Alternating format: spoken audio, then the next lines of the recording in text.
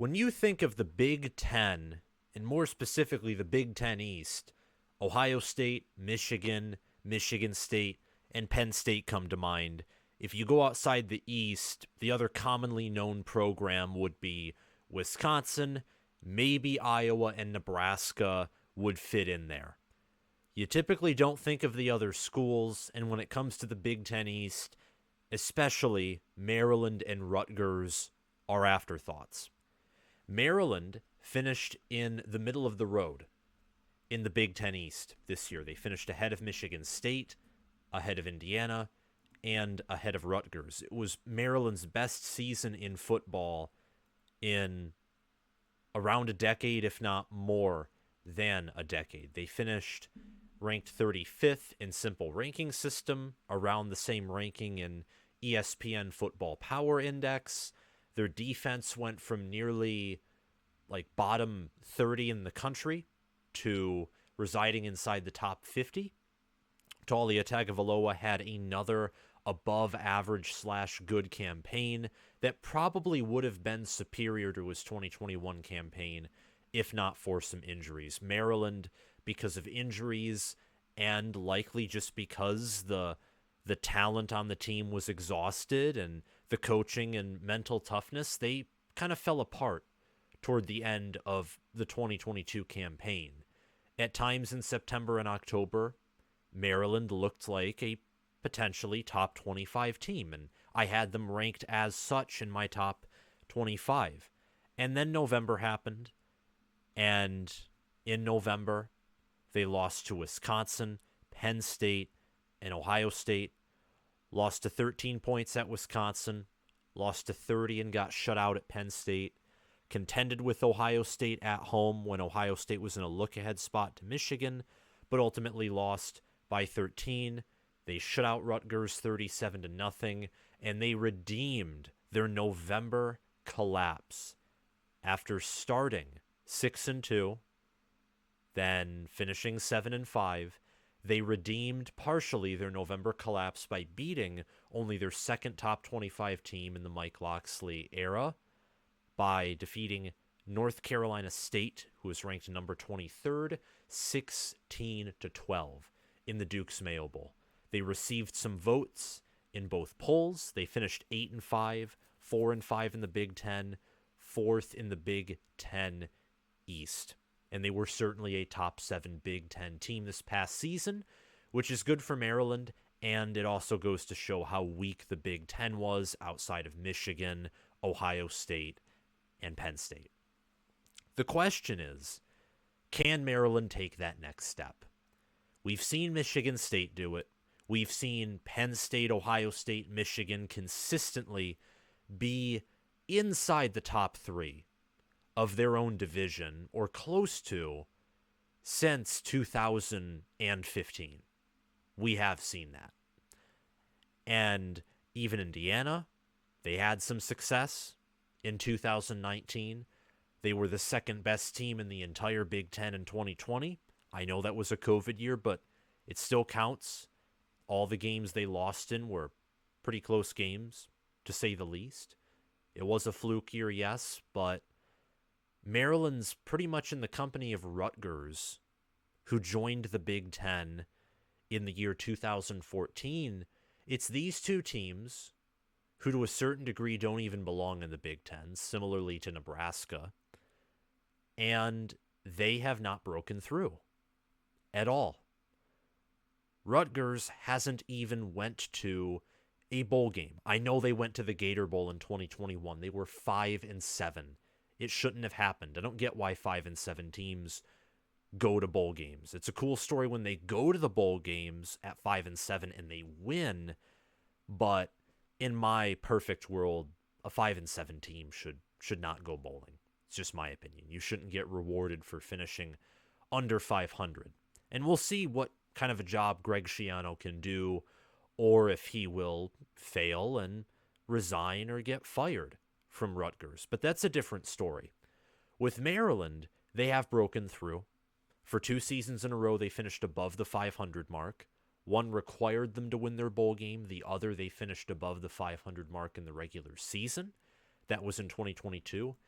every year since Mike Locksley came to Maryland, they have improved. They went from 3-9 in 2019 to 2-3 in 2020 to 7-6 in 2021 and to 8-5 in 2022.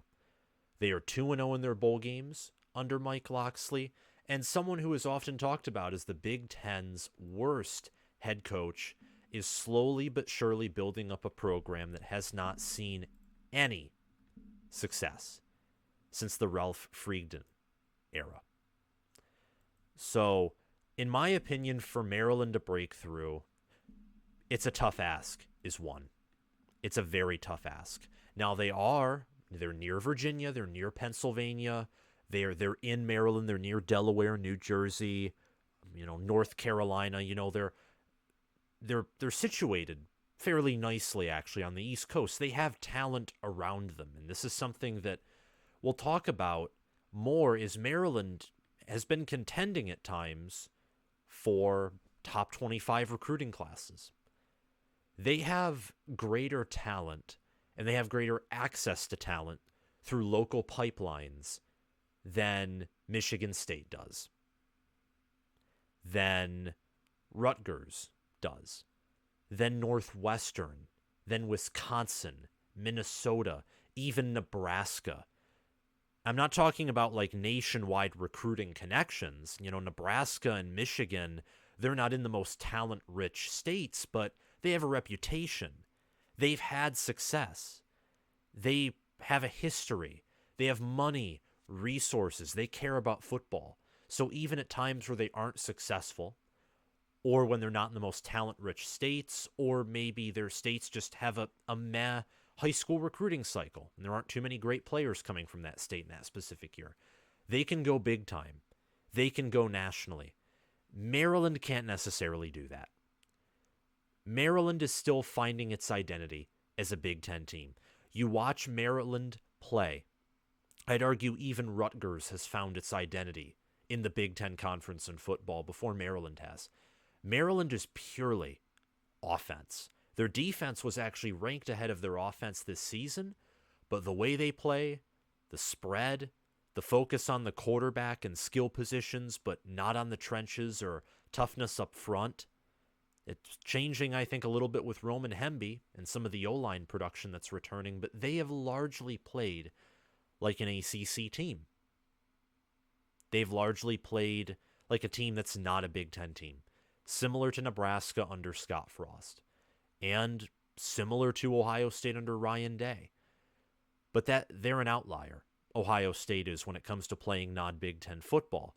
Because here's the dirty secret about playing in the North and playing in the Big Ten. The dirty secret is, unless you largely outnumber the rest of the conference in talent, the spread, the speed, the small but quick guys, when winter comes and they're slowed down, it gives the big guys, the slower teams, but the big physical teams that they're slow, but when they hit you, they KO you. It gives them an advantage when October and November roll around and your muscles become more tense and less relaxed. And that's part of Ohio State's problem with Michigan. It was exposed in 2021. 2022 was good weather, but the scheme isn't exactly built for the conference. It's not built for November matchups. It's not, and look, it's not just that either. It's just not Big Ten football. And not only that, but Maryland isn't a team that has tons of 5 stars or 4 stars. They have less talent than Penn State, Michigan, and Ohio State by a mile. They even have less talent than Nebraska and Wisconsin. They're barely top 7 in Big Ten talent. So talent goes against them. They're in the toughest division of the Big Ten, a division that annually contends for being the toughest division in the entire college football landscape. So they have a tough schedule, year in, year out.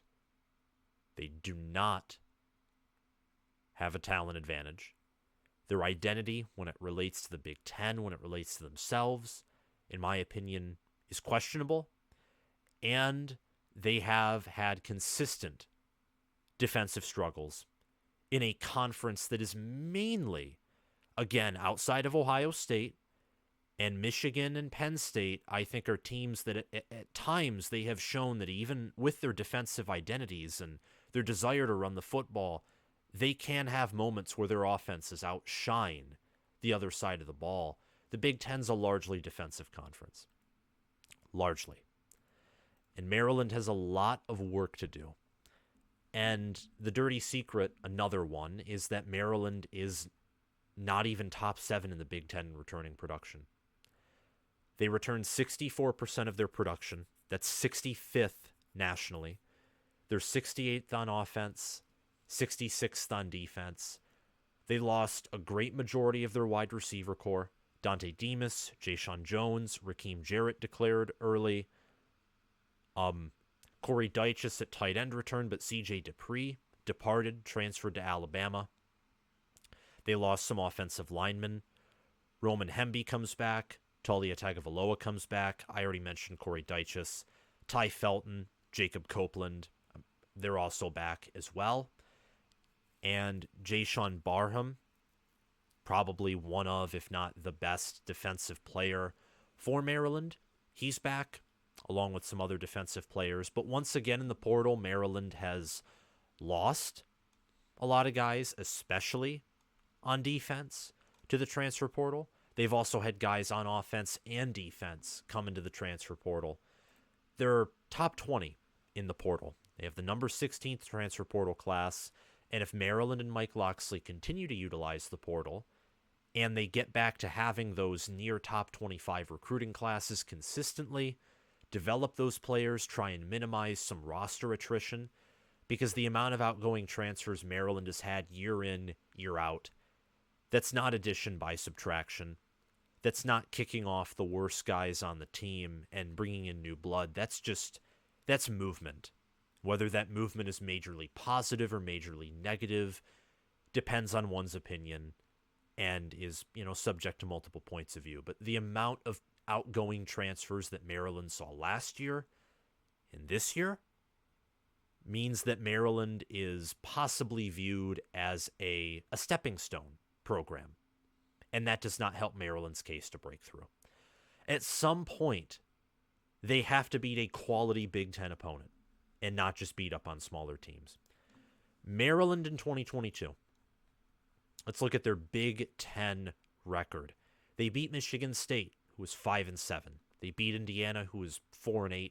They beat Northwestern, who was 1-11, and Rutgers, who was 4-8. No Big Ten team that they beat had a winning record. They beat a 7-6 SMU, a 3-9 Charlotte, and a 7-6 Buffalo. Their best win was against an NC State team that was overrated because, for whatever reason, pollsters don't react to injuries at all. Ben Finley was not Devin Leary. Not even close. NC State was not, I repeat, not a top 25 team in that bowl or for the majority of the year. They were not a top 25 team. Leary wasn't the same, and once he was injured, the season was over. And then Leary transferred to Kentucky, and we'll see how that works out in 2023. In 2021, it's a pretty similar story for Maryland. Maryland beat Illinois, who's 5-7, Indiana, who's 2-10, and Rutgers, who was 5-8. They did not beat anyone of significance. Any team that had significance and they played, whether it was Iowa, Ohio State, Michigan State, or Michigan, they surrendered 40 points or more to them and did not score more than 21. They also lost to Minnesota and Penn State. They lost to those teams by 2 touchdowns or more in 2021. You look at 2022 and go back there, and they were much more competitive. Their biggest loss of the year was on the road at Penn State in a game that I can only describe as Penn State was very angry, very motivated and on fire, and Maryland was broken. But they played competitively with Ohio State and Michigan. They only lost to Purdue by 2. And the Wisconsin game wasn't as close as the score indicates, but only 2 bad losses on the road. It is much an improvement compared to 2021. Maryland brings in 2 key transfers going back to the transfer portal class. 2 key transfers in Caden Prather and Tyrese Chambers. Maryland had tons of talent at wide receiver last year, same in 2021. They lose much of that talent, so they got to bring in men to replace Jayshon Jones, Dante Demas, and Rakeem Jarrett. Tyrese Chambers, he's a senior from Baltimore, Maryland, 6'1", 195 pounds. He has 51 receptions for 544 yards, 4 touchdowns, and he averages 10.7 yards per reception. That was this past season in 2022. He started off at a lower division school before transferring to FIU. In 2021, he had 1,074 receiving yards, 9 receiving touchdowns, and he averaged 23.9 yards per reception. I'm confident that with Mike Locksley in at Maryland and whoever they have at OC, if they even hire an OC, we know that Mike Locksley is very much capable of calling plays, as he's showed us at Alabama and at Maryland. But I think that Tyrese Chambers will thrive because Maryland for sure has a better supporting cast than FIU. FIU is one of the worst programs in Division I FBS football. Caden Prather is 6'4", 211 pounds, sophomore, also from Maryland, born in Montgomery Village. 52 receptions, 501 receiving yards, 3 receiving touchdowns. He averaged 9.6 yards per reception. West Virginia this year was a disaster. I have no clue how Neil Brown was retained, and any good player at West Virginia, even if you're hearing this right now, leave. Leave. Them retaining Neil Brown after this past season might be more of a mistake than Nebraska retaining Scott Frost after 2021, because at least 2021 Nebraska got up, was prepared for every game, and made every game entertaining, and nearly beat several top 10 teams. West Virginia is a dumpster fire. Maryland used to be, but West Virginia is what Maryland used to be. Maryland, again, this video isn't talking about whether Maryland's like a good or bad program. They're an average program. They're a program that I think overall, on the books, is on the rise. But the question is, will they break through? Or are they going to be largely stuck at having a ceiling that is 4th, maybe 3rd best in the conference? Because the Big Ten East, which will probably cease to exist after 2023, if USC and UCLA and possibly some other teams do indeed join the Big Ten, but the East, looking back on it, or if somehow the division continues and UCLA, USC move to the West, and then one Big Ten West team moves to the East, it will be largely and historically dominated by Ohio State, Michigan, Michigan State, and Penn State. It's only those 4 that have won the East. Michigan State won it 1 year. Penn State has won it 1 year. Michigan's won it 2 years. And Ohio State, well, Ohio State has won it like 5 years. 18, 19, 20, 17, 14.